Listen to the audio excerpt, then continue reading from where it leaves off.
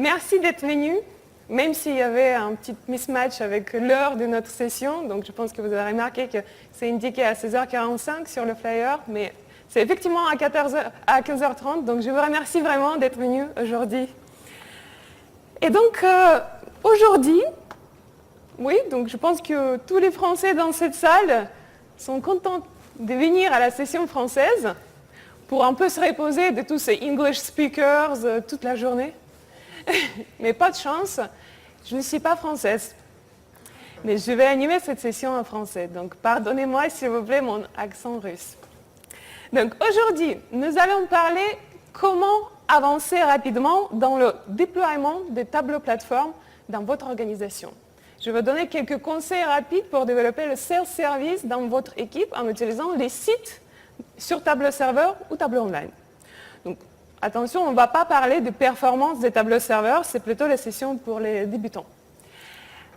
Et je me présente, oui, je suis Anastasia, je suis Senior Product Consultant dans l'équipe d'avant-vente chez Tableau. Il n'y a pas si longtemps que ça, j'étais à vos places. J'étais de l'autre côté des barrières. J'ai travaillé en tant que data analyst dans la société cliente des tableaux. Et j'ai effectivement utilisé Tableau. Je me suis posé les mêmes questions que certains d'entre vous. Comment on peut démarrer rapidement avec la plateforme Tableau? Quelles sont les fonctionnalités core dont nous devons connaître, savoir, pour déployer la culture de self-service dans notre organisation? J'ai passé les heures et les heures chaque matin pour vérifier tous les KPI. Est-ce qu'il n'y en a pas un qui est descendu en dessous de ceux qui est acceptable? Les heures et les heures. Avant que j'ai connu que c'est possible à faire rapidement avec la création d'alertes sur la plateforme des tableaux. Donc c'est pour ça que je suis là aujourd'hui pour vous montrer, pour vous partager mes connaissances sur les fonctionnalités des tableaux plateformes et pour que vous puissiez gagner votre temps avec ces fonctionnalités. Je suis vraiment très contente de venir aujourd'hui à cette conférence pour échanger avec vous comment vous utilisez notre plateforme, comment on peut vous aider à utiliser mieux et comment on peut améliorer ces produits pour vous. Donc, juste une question, est-ce que tout le monde a déjà utilisé Tableau serveur? Est-ce que vous pouvez lever les mains, ceux qui ont déjà utilisé? Ah, très bien. Donc on a 70%, très bien, très bien. Donc, dans cette présentation, je vais jouer un rôle. On va jouer un rôle. On va jouer tous ensemble un rôle de data analyst qui travaille dans l'organisation. Il connaît très bien les données, la structure des données, les demandes habituelles. Il travaille en binôme avec chef de produit. Ce chef de produit est proche des métiers, donc il connaît aussi les besoins des métiers. Nous avons eu 2 licences des tableaux desktop. Et avec ces 2 licences des tableaux desktop, nous avons réussi vraiment à répondre à beaucoup de questions de nos équipes. Donc c'était, on peut dire, un succès. Mais on a utilisé Tableau desktop et on a partagé nos tableaux de bord par email. Et nos collaborateurs utilisaient Tableau Reader pour ouvrir ces classeurs. Donc maintenant, on a besoin d'avancer rapidement. Et en fait, avec les outils que nous avons, Tableau Desktop plus Tableau Reader, on n'arrive plus à avancer rapidement, on n'arrive plus à répondre à besoins de notre entreprise, aux exigences de notre entreprise. Pour ceux qui ne connaissent pas bien les composants de notre plateforme, donc Tableau Desktop, bien sûr, vous pouvez vous connecter à vos sources de données, vous pouvez faire les analyses, préparer les tableaux de bord avec Tableau Desktop. Tableau Reader, c'est un produit gratuit. On l'utilise pour ouvrir les classeurs en mode lecture. C'est comme Acrobat Reader pour ouvrir les fichiers en PDF. Oui. Donc, la question qu'on se pose, c'est comment passer d'un mode desktop plus Reader à une plateforme Tableau en self-service. Plateforme Tableau, elle contient des composants tels que Tableau Online ou Tableau Serveur, et cela va nous permettre d'avancer plus rapidement. Et effectivement, donc, on a pu répondre aux questions de nos équipes, mais chaque 2-3 jours, on continue à recevoir les emails qui nous demandent d'envoyer nos analyses par email. C'est plus possible d'avancer comme ça. Et cette image que je vous ai montrée, elle résonne vraiment avec ce dont on va parler aujourd'hui. Donc, tableau desktop et Reader ne suffit plus. Quelles sont nos solutions? La solution existe. C'est une plateforme Tableau. Et donc, pendant cette session, on va revoir les 4 points. Donc, je vais commencer par mettre en place le scénario d'organisation qui est prête à évoluer rapidement avec Tableau. Ensuite, je vais vous montrer qu'est-ce que vous devez savoir pour vous préparer pour le self-service à grande échelle. Ensuite, je vais vous guider dans la création et organisation de votre propre site sur Tableau Serveur. On va revoir les fonctionnalités d'automatisation et on va voir comment on peut donner plus de pouvoir à nos utilisateurs. Donc, commençons. Préparation pour le self-service à grande échelle. Je reviens vers notre scénario. On joue un rôle de data analyst. Donc, on a répondu à beaucoup de questions de nos équipes. Mais Tableau Reader est plus suffisant pour partager nos classeurs, pour répondre à toutes les demandes. En fait, il y a 3 problèmes. 1, les gens veulent avoir les données à jour, donc ce n'est pas possible avec le Reader. 2, IT veut avoir la sécurité sur les données. Ils veulent savoir quand, qui et d'où accède aux données et aux classeurs. Donc, si on partage avec Reader par email, ce n'est pas possible de tracer cela. Et la 3e partie, c'est si nous ne vérifions pas nos emails, les gens n'arrivent pas à accéder à leurs données. Donc, c'est pour cela que Tableau nous a permis de devenir les stars des données. Mais maintenant, on est devenu un goulot d'étranglement parce que les gens devaient nous attendre pour accéder à leurs données. Ce que nous voulons vraiment, c'est de pouvoir partager nos visualisations sur l'endroit sécurisé, central, pour que ces tableaux de bord soient une seule source de vérité. On voudra vraiment éviter cette situation quand il y a 10 utilisateurs qui ont chacun sur son poste tableau de bord et on ne sait plus se retrouver qui a raison, qui a des bons chiffres, etc. Donc on veut avoir une seule source de vérité. Et aussi, on pense à nos IT. Les IT, ils veulent avoir l'outil qui va permettre de gouverner les données, les utilisateurs, va permettre d'avoir la sécurité sur les données. Et bien sûr, à coût prévisible. Donc, comment nous pouvons partager nos tableaux de bord et avoir cet endroit sécurisé? Nous avons un composant de notre plateforme qui s'appelle Tableau Serveur ou Tableau Online. Donc, bien sûr, plateforme va au-delà des tableaux desktop. Nous avons ce composant pour collaborer autour des contenus. Donc, Tableau Serveur, c'est un composant de collaboration autour des contenus. Vous pouvez le déployer sur vos machines ou dans le cloud. Tableau Online, c'est le même composant, mais tout est géré et maintenu par Tableau. Donc maintenant, on se pose la question, comment choisir entre Tableau Serveur ou Tableau Online? Quel est notre choix? Donc, pour répondre à cette question, je vous ai préparé 5 questions qui vont nous guider dans la prise de décision. Donc, on va passer une par une. La première question, où sont nos données? Donc, bien sûr, quelle que soit l'option, choisisse Tableau Serveur ou Tableau Online, on va pouvoir toujours se connecter à toutes nos sources de données et ensuite partager les connexions sur les sites.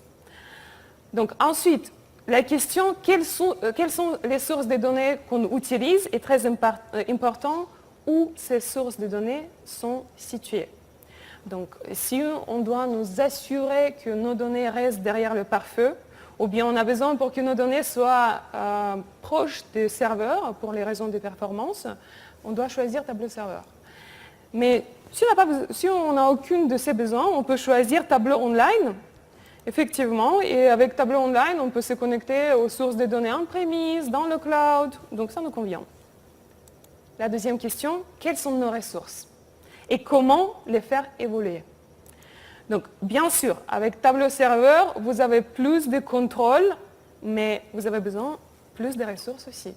À la fois, c'est hardware pour le serveur, mais aussi les personnes qui vont maintenir cet outil.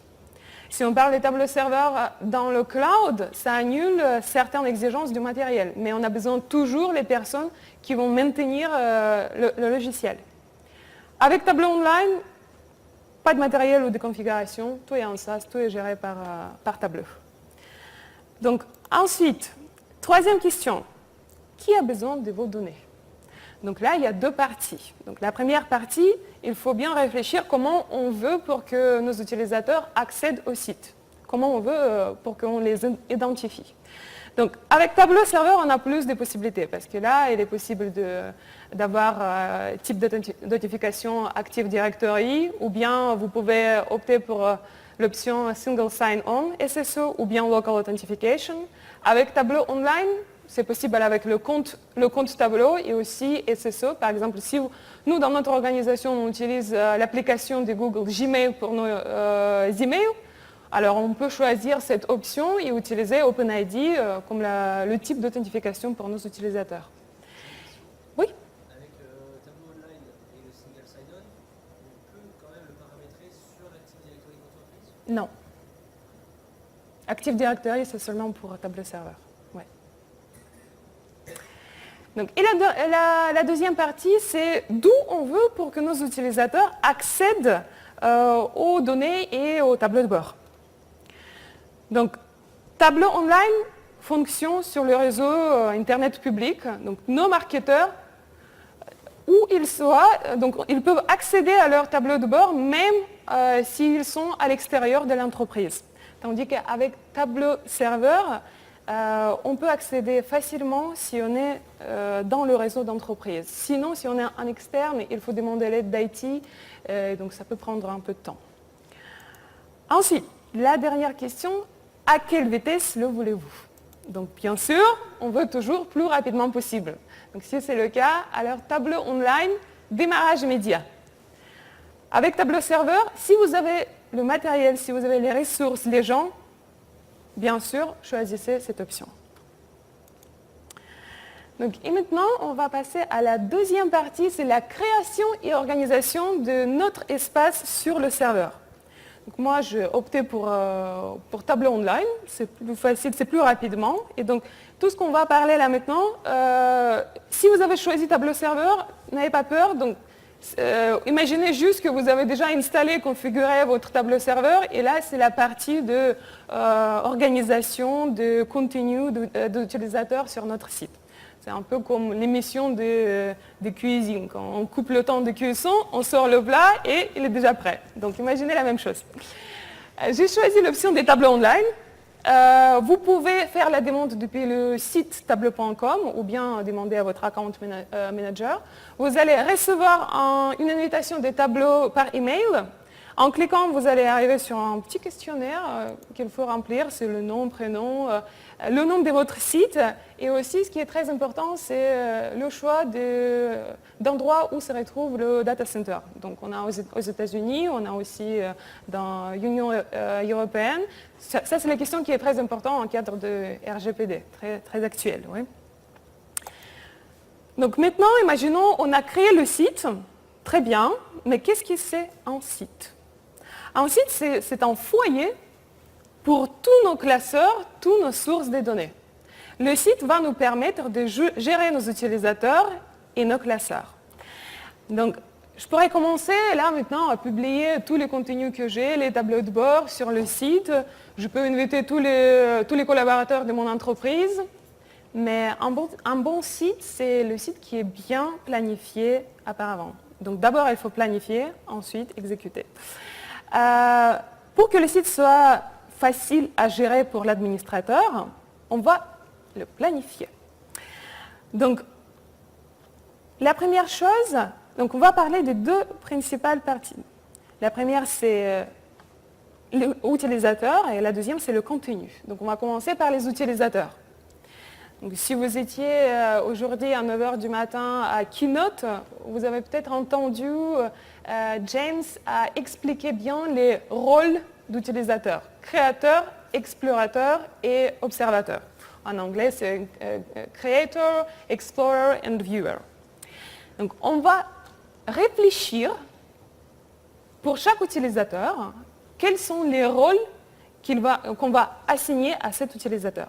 Donc moi, par défaut, je vais être administrateur du site parce que j'ai créé ce site et je vais pouvoir l'organiser. Ensuite, les créateurs. Les créateurs, c'est les utilisateurs qui sont vraiment, c'est les experts des données. Ils savent aller chercher les données, les préparer, les nettoyer, ensuite préparer les analyses, construire les tableaux de bord, partager sur le tableau serveur. Donc, ils ont vraiment un rôle complet. Ils peuvent utiliser tous les composants de notre plateforme. Dans notre entreprise, c'est l'équipe analyste qui sont les experts. Eux, ils vont créer le contenu, eux, ils vont aller chercher les données. Donc, je vais leur assigner le rôle créateur. Deuxième rôle, explorateur. Donc, ça, c'est les utilisateurs qui ont besoin de répondre à leurs questions, mais ils n'ont pas les skills très techniques, donc aller chercher les données, nettoyer les données, ils n'ont pas de temps en fait. Ils ont besoin de créer leur analyse, répondre à leurs questions rapidement, et donc cela sera un rôle qui va permettre de faire self-service dans le navigateur, en restant sur tableau serveur ou tableau online.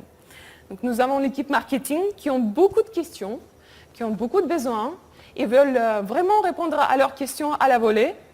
On va leur assigner au rôle explorateur. Et le troisième rôle, c'est observateur ou viewer en anglais.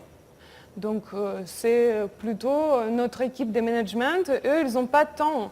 Eux, ils veulent venir une deux fois par semaine, voir leurs chiffres, suivre les KPI et accéder sur l'application mobile quand ils sont dans l'avion, en train de se déplacer quelque part. Donc ça va être observateur.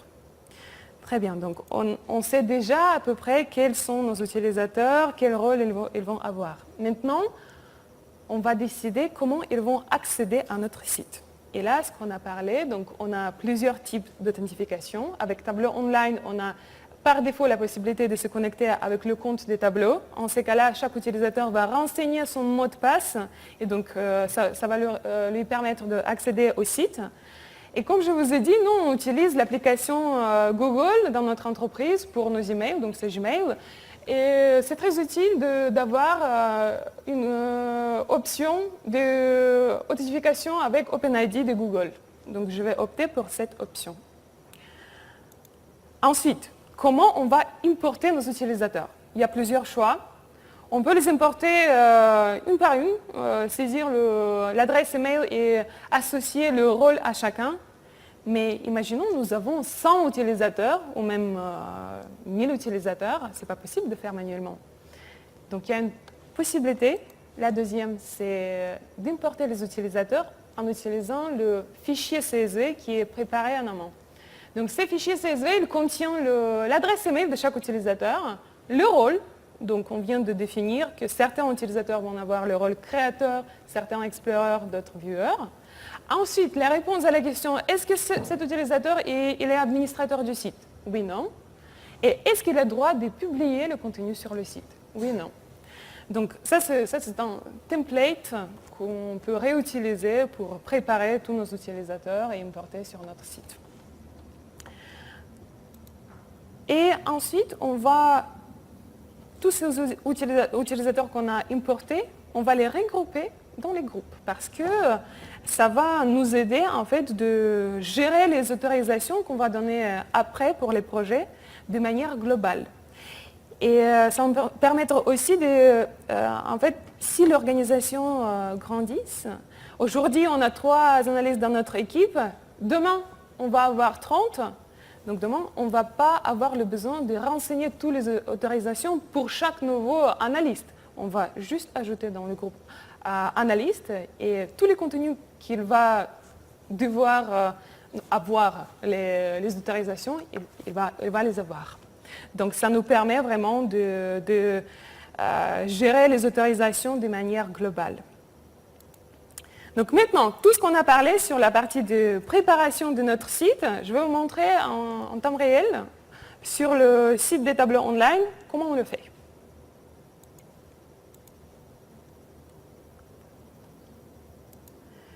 Voici mon site de tableau online. Il est déjà prêt et activé.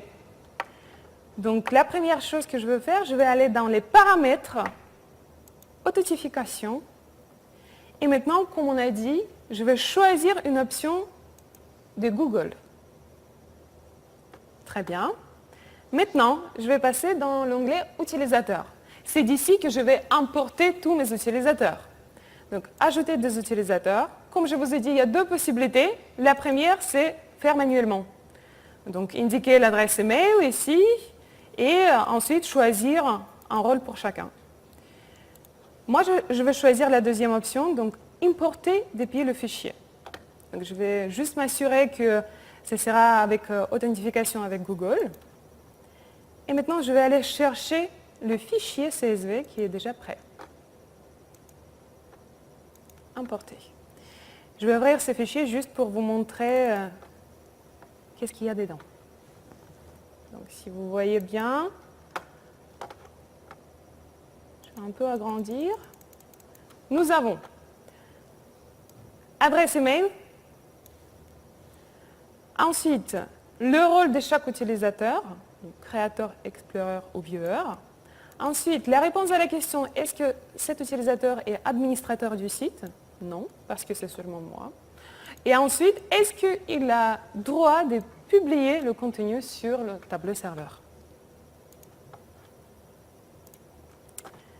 Très bien, donc nos utilisateurs doivent être déjà importés. Et maintenant, je vais commencer à les regrouper par les métiers. Donc, l'onglet groupe crée un nouveau groupe. Donc, la première, ça va être les analystes.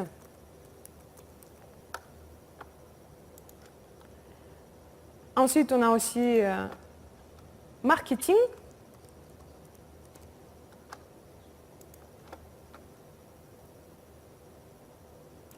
Et nous avons aussi management.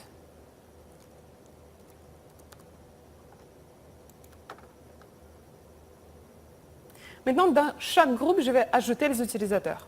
Les analystes, ajouter les utilisateurs. Et j'en ai pour le moment trois utilisateurs analystes. La même chose pour les management.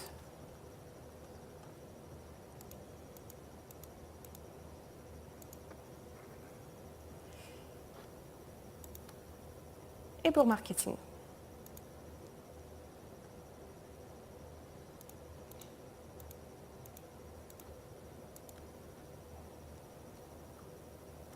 Très bien. Maintenant, la partie utilisateur est bien organisée. Nous avons importé les utilisateurs, nous avons regroupé et on peut passer à la deuxième partie, c'est le contenu.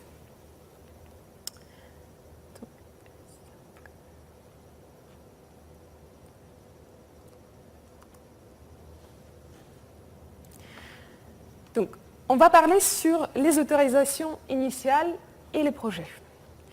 Après la création de nos groupes utilisateurs, nous pouvons créer les projets pour justement organiser nos contenus, nos sources de données, nos classeurs, etc. Donc, il y a toujours un projet qui est par défaut créé sur chaque site. Il s'appelle projet par défaut. Donc, il va toujours, c'est le premier projet et c'est sur ce projet-là qu'on va en fait définir les autorisations. Chaque nouveau projet qu'on va créer, il va hériter les autorisations de ce projet. Ça va nous permettre de gagner le temps parce qu'on n'aura pas besoin de renseigner chaque fois tous les utilisateurs, toutes les autorisations pour chaque utilisateur. Donc, ça va vraiment nous permettre de gagner le temps. Et donc, combien de projets on va avoir ?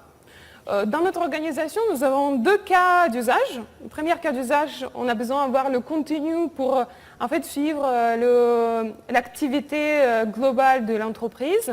Donc, je vais le nommer KPIs. Et le deuxième projet, ça va être marketing. Parce que les marketeurs, ils demandent beaucoup, voilà, ils posent des questions, ils ont besoin de tableaux de bord, ils ont besoin de voir comment leur action, quels résultats ils ont derrière, etc. Donc, deux projets, KPI et marketing. Donc, ensuite, on va mettre en place les autorisations. Et donc, ensuite, dans les projets, on va pouvoir publier nos classeurs. Donc, il y a deux méthodes comment on peut publier les classeurs dans le projet. La première, c'est depuis tableau de stock, on le connaît tous, donc on va publier sur tableau de bord sur le serveur. Et le deuxième, c'est directement depuis le navigateur. Donc ça, c'est la nouveauté, oui, que maintenant même, il y a deux rôles, les créateurs et les explorers. Eux, ils peuvent utiliser la fonctionnalité création web. Donc, sans sortir du navigateur, ils peuvent se connecter aux sources de données et créer les analyses des tableaux de bord. Par contre, les créateurs, ils ont plus de possibilités que Explorer. Explorer, ils peuvent créer les tableaux de bord, les analyses seulement depuis les sources de données qui étaient déjà partagées sur le serveur par les créateurs. Donc on va voir tout cela. Donc je vous propose de voir ça sur notre site qui est en train d'être construit.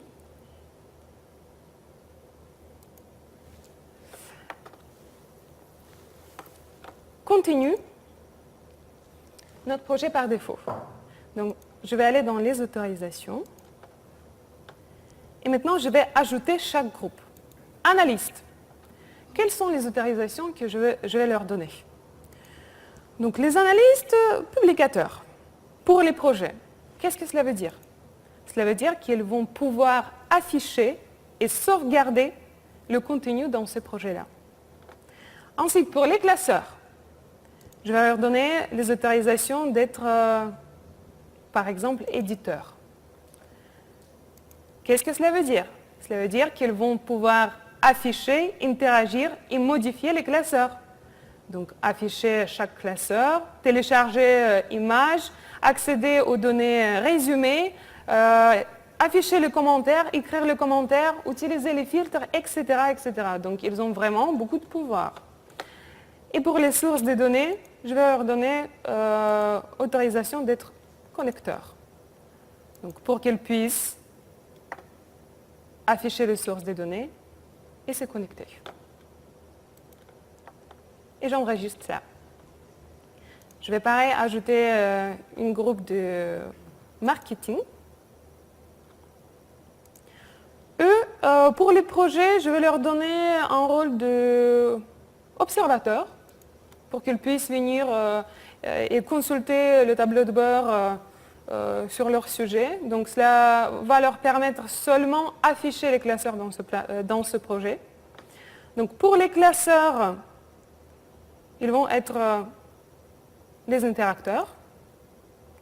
Donc bien sûr, par rapport aux analystes, ils vont avoir un petit peu moins de droits d'autorisation. Donc ils vont pouvoir quand même afficher et interagir avec les classeurs et par exemple modifier sur le web.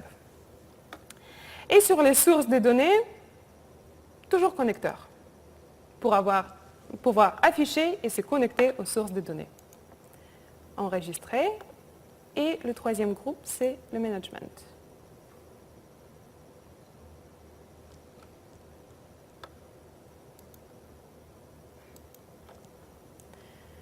Donc pour eux, les projets, on va donner un rôle observateur. Classeur, cela va être observateur.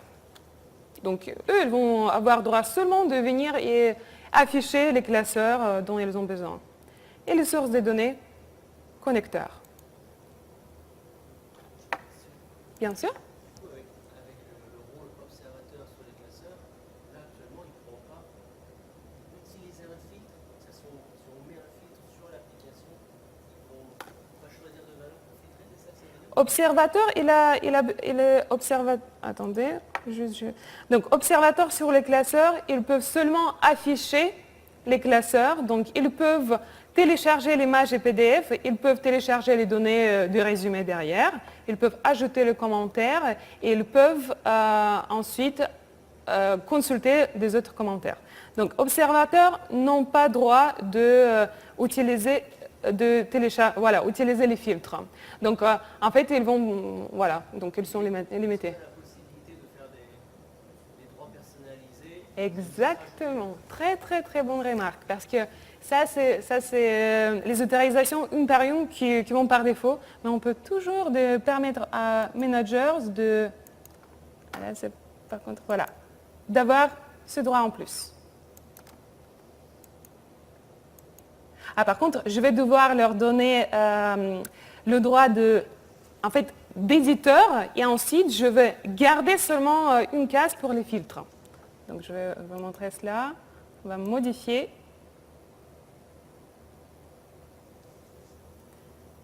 Il y a un petit temps de réponse.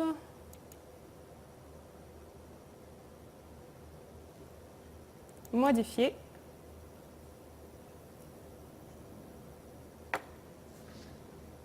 Elle ne veut pas être modifiée. Hein.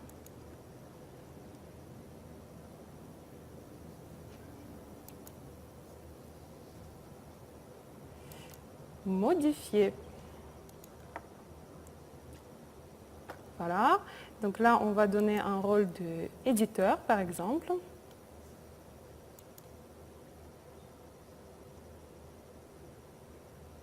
Très bien. Et maintenant, je vais supprimer toutes les possibilités, sauf le filtre. Vous voyez? Donc, je clique sur les celles qui sont en vert, mais je voudrais seulement garder en fait, un rôle d'observateur plus les filtres. Donc, j'annule tous les autres. Ça prend un peu de temps, mais on est en train d'y arriver. Donc, c'est comme ça qu'ensuite, vous allez voir que tout de suite, ça s'affiche, c'est un rôle personnalisé, parce que ça ne rentre pas dans le cadre d'éditeur et ça ne rentre pas dans le cadre d'observateur. Excusez-moi, c'est quoi la différence entre la couleur rouge et quand c'est vide? Alors, je pense que c'est juste un problème d'affichage. Là. Voilà, vous voyez.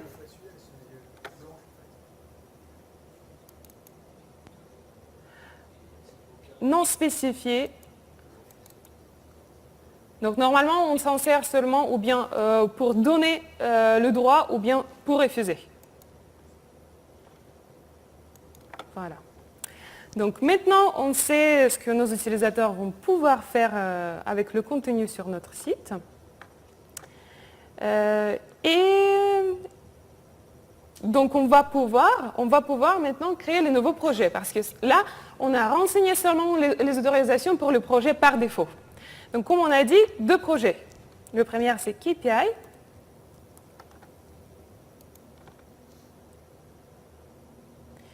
Et le deuxième, c'est marketing.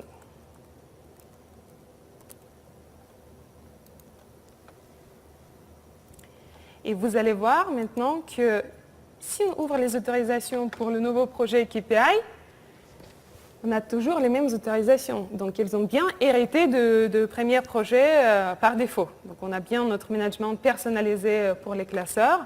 Donc, ça nous évite vraiment de renseigner encore une fois. Et comme ça, on peut vraiment... voilà, ça nous permet de gagner notre temps. Donc, très bien. Maintenant...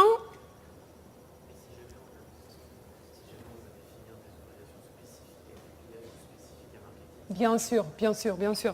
Donc là, ça nous permet seulement d'hériter les autorisations qui étaient par défaut, mais c'est beaucoup plus facile et rapidement de répartir déjà des utilisateurs qui étaient renseignés et d'échanger, de spécifier pour les utilisateurs, par exemple pour l'équipe marketing, permettre plus de faire pour les marketeurs, bien sûr, bien sûr. Donc, et la dernière chose qu'on n'a pas fait, c'est la publication de classeurs dans ce projet-là. Donc je vais revenir dans le tableau desktop. Ça, c'est un classeur qui est très demandé par notre équipe, par nos équipes. Tous les temps, je reçois les emails qui me demandent envoyez-moi ce classeur. Donc ce que je vais faire, je vais partager ce tableau de bord dans le projet KPI. Donc je suis déjà connectée sur mon site des tableaux online. Et ce qui me reste, c'est de publier ce classeur. Je vais choisir un projet, ensuite le nom de classeur. Je peux ajouter la description, les tags. Je peux choisir quelles pages vont être publiées. Donc moi, je voudrais seulement un tableau de bord. Ensuite, d'ici, je peux aussi modifier les autorisations. Donc ça, c'est bien à savoir. Ensuite, je peux choisir comment va être data source, ou bien il va être embarqué dans mon classeur, ou bien je voudrais publier ces data sources séparément. Et maintenant, je suis prête à publier. Voici notre premier classeur qui se retrouvent dans notre projet KPI.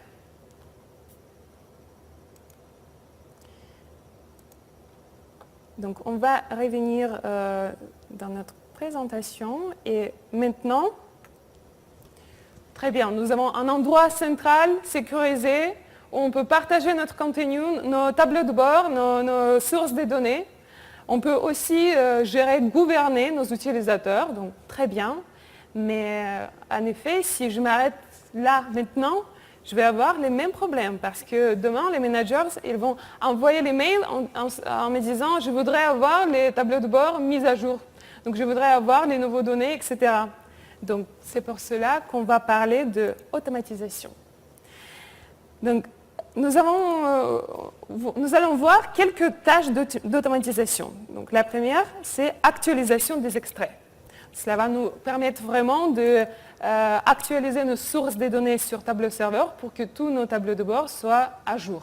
Donc on a deux possibilités. Pour les données en web, donc on peut planifier les mises à jour. Et ensuite, pour les données on-premise, donc ça c'est grâce à Tableau Bridge, on va pouvoir directement aller chercher les sources de données, rafraîchir et republier les extraits. Ensuite, la deuxième tâche, c'est abonnement par email au vu. Ça, c'est très pratique parce que, comme je vous ai dit, oui, j'ai travaillé en tant que data analyst et par exemple, lundi matin, j'ai dû envoyer les mails à toute l'équipe en disant quels sont les résultats de la semaine précédente, etc. Donc, ça m'a pris vraiment beaucoup de temps. Maintenant, avec les abonnements par email, je peux automatiser ces tâches et en fait, mes équipes elles vont recevoir automatiquement cet email. Je n'ai plus besoin d'envoyer un par un. Et troisième tâche, c'est alerte basée sur les données. Maintenant, je n'ai pas besoin de passer 2 heures non plus chaque matin pour revoir tous les KPIs.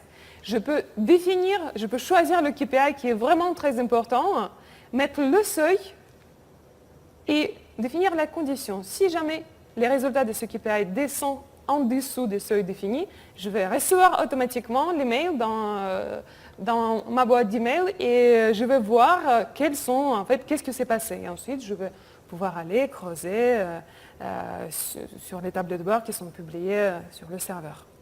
Donc, alertes on peut créer pour les champs numériques. Donc, c'est les ventes, les profits et il faut obligatoirement avoir l'axe. Donc, s'il y a l'axe sur la visualisation, on peut créer une alerte. On va revoir tout ça. Je reviens vers notre site sur Tableau Online. Donc, la première chose, je vais aller et voir le source des données. Et ce que je voudrais bien, c'est de pouvoir programmer actualisation de ce source de données. Donc, Tableau Online me permet de choisir comment exactement je voudrais planifier la programmation. Donc, je peux utiliser un ordinateur sur mon réseau, par exemple. Très bien. Et maintenant, je vais ajouter, en fait, quand exactement je voudrais pour qu'il soit mis à jour.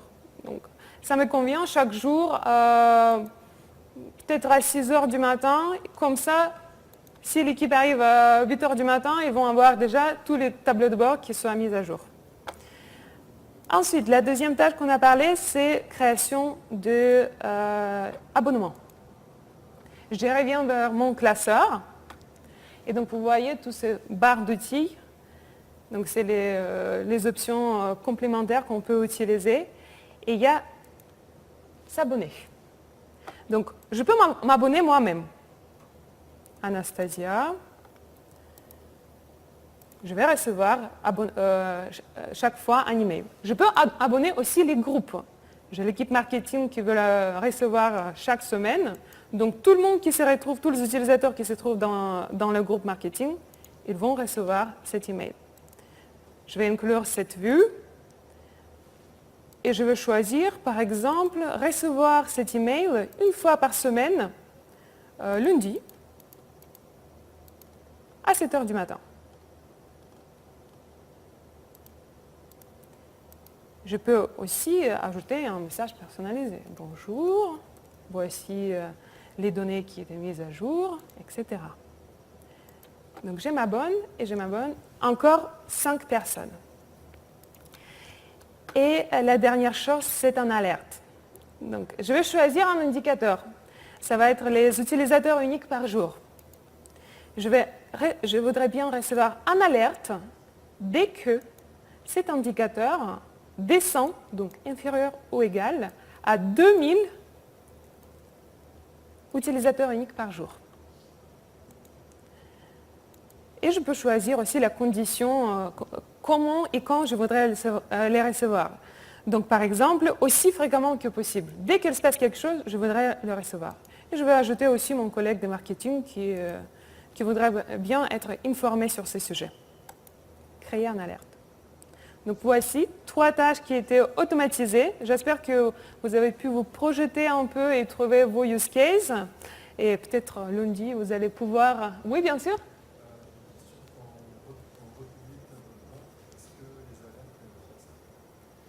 Bonne question. Donc normalement, si vous êtes en fait éditeur de ces tableaux de bord, vous republiez. Donc normalement, les alertes vont rester. Mais il faut tester. Si c'est votre tableau de bord et vous republiez, donc tout ce qui a été mis en place, normalement, ça doit rester. Ensuite, donc nous avons quelques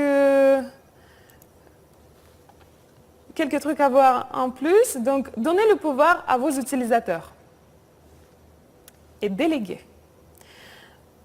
Donc, maintenant, imaginons nous avons avancé dans le temps. Il s'est passé 6 mois. Nos analystes, elles ont vraiment profité de l'essence des tableaux desktop, des tableaux serveurs. Elles ont publié vraiment beaucoup de contenu. On a les classeurs, les sources des données. Et les marketeurs sont très très contents parce qu'ils peuvent venir consulter leur tableau de bord, répondre à leurs questions. Par contre, les managers, ils commencent à se plaindre parce qu'ils disent qu'ils n'arrivent pas à se retrouver. Il y a beaucoup de contenu, il y a beaucoup de tableaux de bord. On ne sait plus quel tableau de bord il faut consulter. Les marketeurs aussi, ils commencent de dire « Nous, on voudra bien accéder aux données sous-jacentes.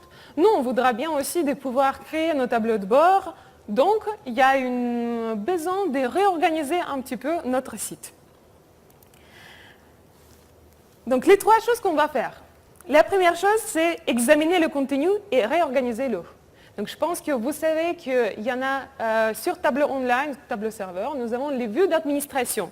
C'est les vues qui nous permettent en fait d'avoir la statistique sur tous les tableaux de bord qui étaient publiés et utilisés. Aussi les projets, quels sont les utilisateurs qui consultent le plus nos tableaux de bord. Ça va nous permettre vraiment de voir est-ce que les tableaux de bord qui étaient créés et publiés, est-ce qu'ils sont utilisés ou pas.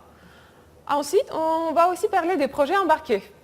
Les projets embarqués, c'est une nouveauté depuis quelques versions. Donc, ça nous permet de créer un projet dedans déjà le projet existant et mettre dans ces projets, par exemple, les classeurs, les tableaux de bord qui sont en train d'être construits mais ne sont pas encore finis. Ensuite, on va aussi voir comment faire évoluer les autorisations.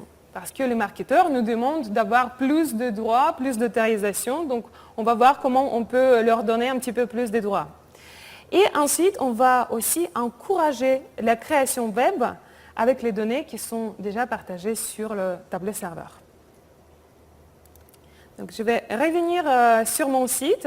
Ce sera la 4e démo, la dernière démo qu'on va voir.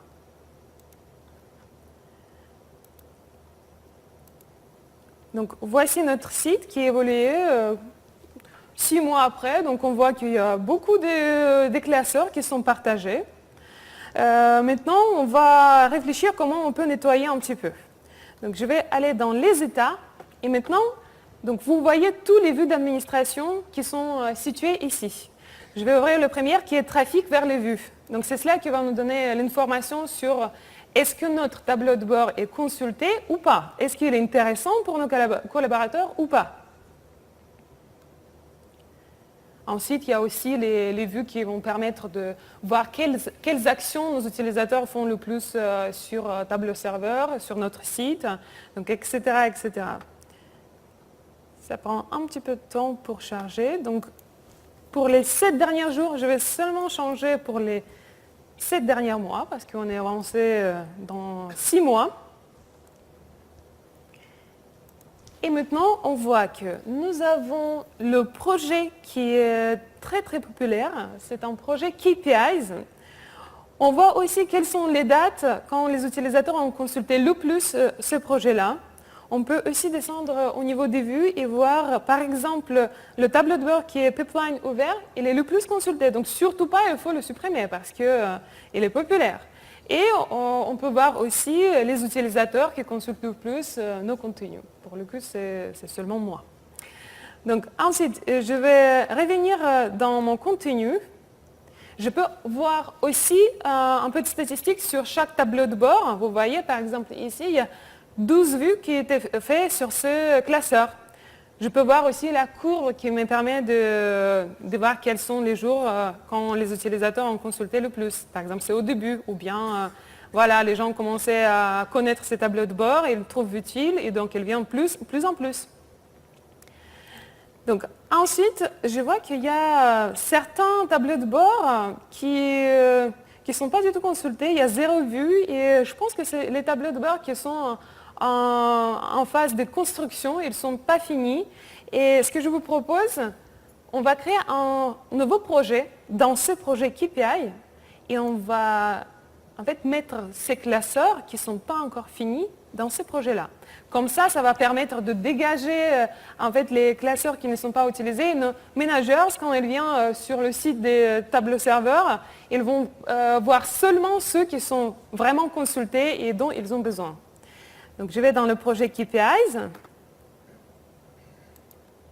et je vais créer un nouveau projet.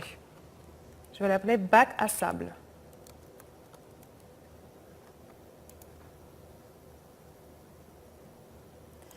Maintenant, je reviens dans les classeurs.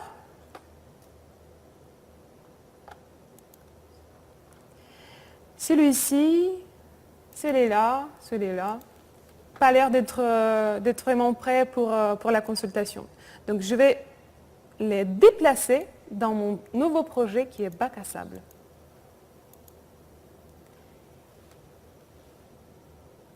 Et ici, je vais garder seulement les tableaux de bord qui sont en prod. Donc maintenant, revenons dans ces projets Bac à sable. Comme l'équipe marketing nous demande d'avoir plus de droits, de pouvoir créer les tableaux de bord, de pouvoir avoir l'accès aux données sous-jacentes, en fait, on va modifier les autorisations sur ces projets et on va donner plus de pouvoir dans ce projet-là. S'ils ont besoin de tester leurs données, de répondre à leurs questions, ils vont faire dans cet endroit-là. Et seulement eux, ils vont voir qu'est-ce qu'ils font. Les managers, ils ne vont pas accéder à ce projet, il est un peu caché. L'autorisation.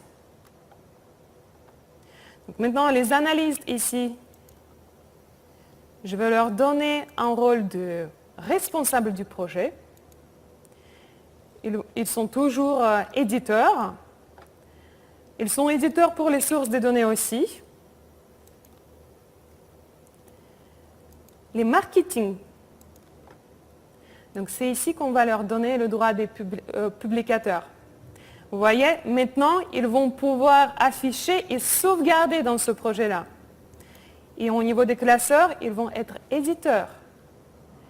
Ils vont pouvoir afficher, interagir et modifier les tableaux de bord dans ces projets-là. Et le source des données, éditeur.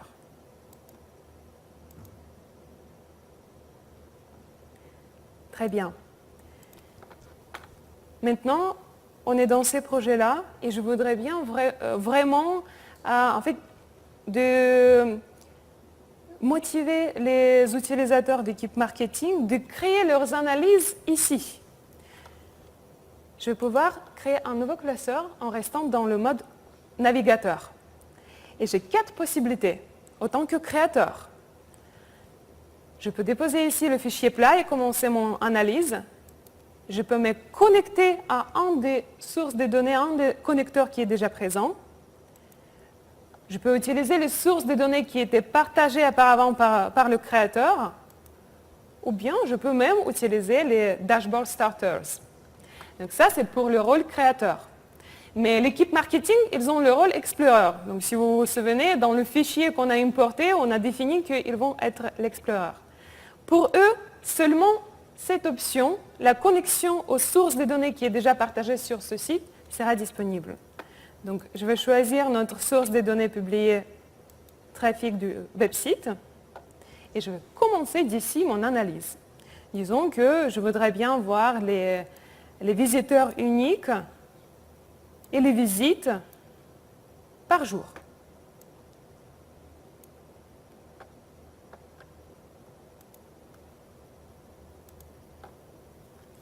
Ici, dans le navigateur, j'ai déjà le droit d'avoir la possibilité de créer un axe double. Je peux même synchroniser ces axes.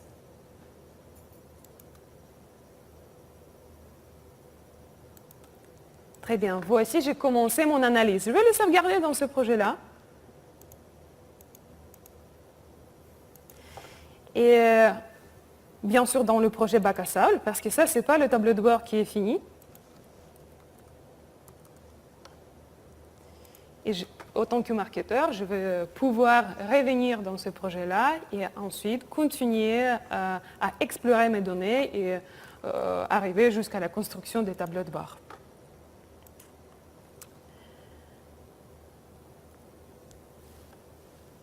Donc, maintenant, juste pour récapituler, oui, on a créé nos utilisateurs, on a importé nos utilisateurs, on a créé les groupes, on a organisé notre contenu dans les projets, on a aussi permis à nos utilisateurs de créer leurs analyses dans l'endroit spécifique, donc bac à sable. On a revu toutes les fonctionnalités d'automatisation, donc on peut maintenant nous abonner les groupes, créer les alertes, automatiser la mise à jour des extraits. Mais en effet, comment on a commencé? On a commencé avec seulement 2 licences des tableaux desktop, avec beaucoup d'emails qu'on recevait de tous nos collaborateurs, beaucoup de travail manuel. Et c'est comme ça qu'on a fini, avec l'endroit central, sécurisé, où nos utilisateurs peuvent collaborer. Donc vous avez aussi quelques ressources supplémentaires. Donc vous pouvez tester tableau serveur ou online. Et ensuite, vous avez aussi le guide d'administrateur. Donc tout ce dont on a parlé aujourd'hui, vous allez pouvoir trouver sur le guide d'administrateur. Et donc, bien sûr, n'hésitez pas à donner votre avis sur cette session. Donc utilisez notre application. Il faut juste aller dans la description de session et ensuite cliquer sur le lien. Et juste pour finir, moi, je voudrais bien savoir, est-ce que vous avez bien compris la différence entre les rôles d'utilisateurs? Vous vous souvenez, on a importé les utilisateurs et on a défini le rôle créateur, explorer et viewer. Et ensuite, on a défini les utilisateurs pour les projets à chaque groupe d'utilisateurs. Donc, est-ce que vous avez bien compris quelle est la différence? Pourquoi on définit 2 fois les rôles? Est-ce qu'il y a quelqu'un qui peut répondre à cette question?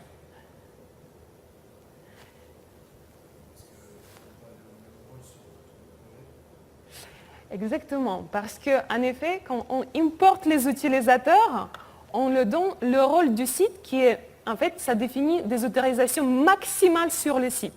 Et ensuite, on définit les autorisations pour le contenu. L'exemple, si on a un viewer, donc observateur, qui a le droit sur le site à publier son contenu, donc publier son classeur sur le site, il ne pourra pas le faire. Parce que son rôle maximal, c'est un viewer, c'est observateur.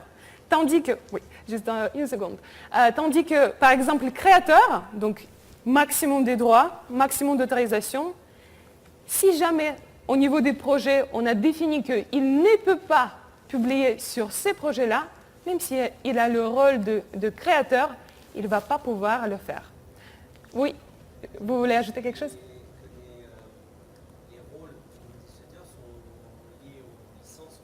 Exactement, bien sûr, ça lié aux licences. Donc on a 3 rôles pour les nouveaux licences. Donc ça, c'est la nouveauté qui est arrivée en avril 2018. Les créateurs, les explorers et les viewers. Et ensuite, c'est le rôle maximal pour chaque utilisateur. Oui? Le rôle administrateur du site. Oui. La licence créateur. En fait, il y a deux possibilités. Donc, administrateur du site, il peut être ou bien créateur ou bien explorer.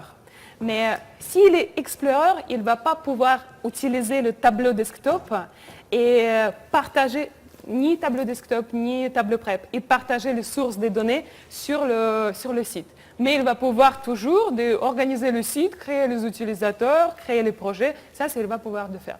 Donc, créateur, c'est l'utilisateur qui a accès à tableau prep, à tableau desktop et à tableau serveur ou tableau online. Explorer seulement dans le navigateur. Oui, Gilles? Moi, je ne suis pas très familier avec les logins, le système de login Google. Oui. Ça se passe comment? C'est l'utilisateur sur sa première utilisation qui définit un mot de passe et ensuite il accède. En fait, ça dépend, oui, quel type de notification vous allez choisir. Donc, normalement, ça se passe au niveau de IT. Eux, ils définissent en fait quel type de notification va être choisi. Donc, si c'est tableau serveur, il y a une possibilité d'utiliser Active Directory. Sinon, il y a toujours une notification locale. Donc là, chaque utilisateur, il va pouvoir définir son mot de passe et se connecter au site juste en utilisant son email adresse et son mot de passe qu'il est défini. Mais après, si vous avez les systèmes, si vous utilisez d'autres applications dans votre entreprise, par exemple comme l'application de Google Gmail, donc c'est Google qui va gérer l'identification de votre utilisateur. Chaque fois qu'il va essayer de se connecter au site, c'est Google qui va identifier cet utilisateur et va vous renvoyer l'information, oui, c'est l'utilisateur de votre site, donc on donne droit à l'accéder. Oui? L'autorisation maximale correspondait à la licence qu'on avait, c'était Creator.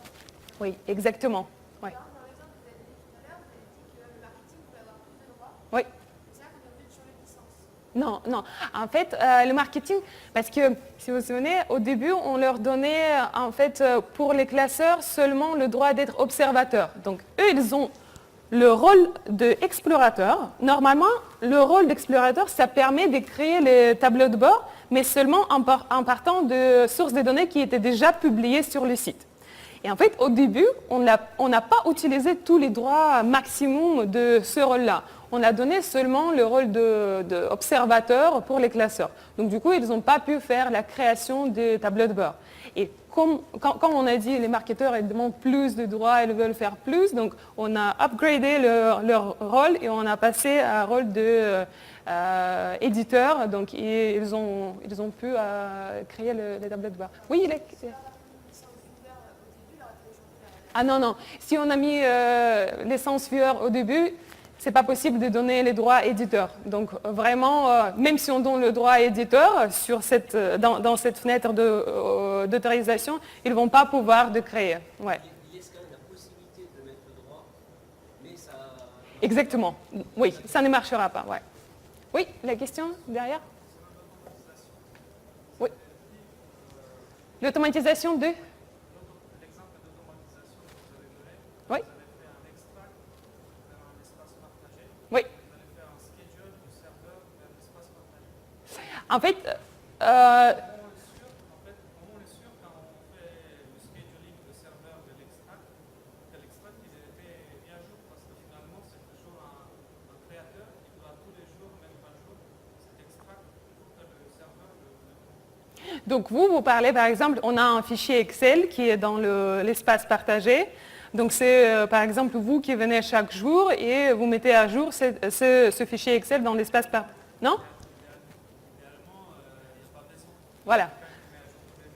Exactement. Donc tableau online, si on a programmé actualisation, on a dit que chaque jour, à 6 heures du matin, cet extrait il soit mis à jour. Donc il va aller chercher à 5 heures du matin, il va aller chercher votre fichier Excel qui est partagé sur l'espace de partage et il va le mettre à jour sur le serveur. Si jamais vous n'avez pas ajouté de nouvelles données et vous n'avez pas actualisé ce fichier, alors cet extrait il va garder seulement les données d'hier, quoi. Ouais. Est-ce que c'est possible d'avoir le serveur connecté à une base de données? Oui. La base de données crée tous les matins, disons, un fichier Excel sur cet espace partagé. Alors, c'est la base de données qui crée un fichier sur l'espace de partagé? Je pense qu'on peut en discuter sur ces sujets. Venez, on va en parler. Parce que là, il est 16h30. Je vais libérer tout le monde qui a besoin de changer la session. Si vous avez des questions, d'autres questions, je pense qu'on peut encore discuter quelques minutes. Et après, il y a un deuxième speaker. Donc, c'est aussi quelqu'un de notre équipe qui va arriver et va en fait animer la session qui est pour les Jedi, donc un petit peu plus avancé. Donc n'hésitez pas à rester dans la salle si jamais vous êtes intéressé. Ce sera sur le sujet tableau desktop et pour les Jedi. Voilà, merci beaucoup à tous.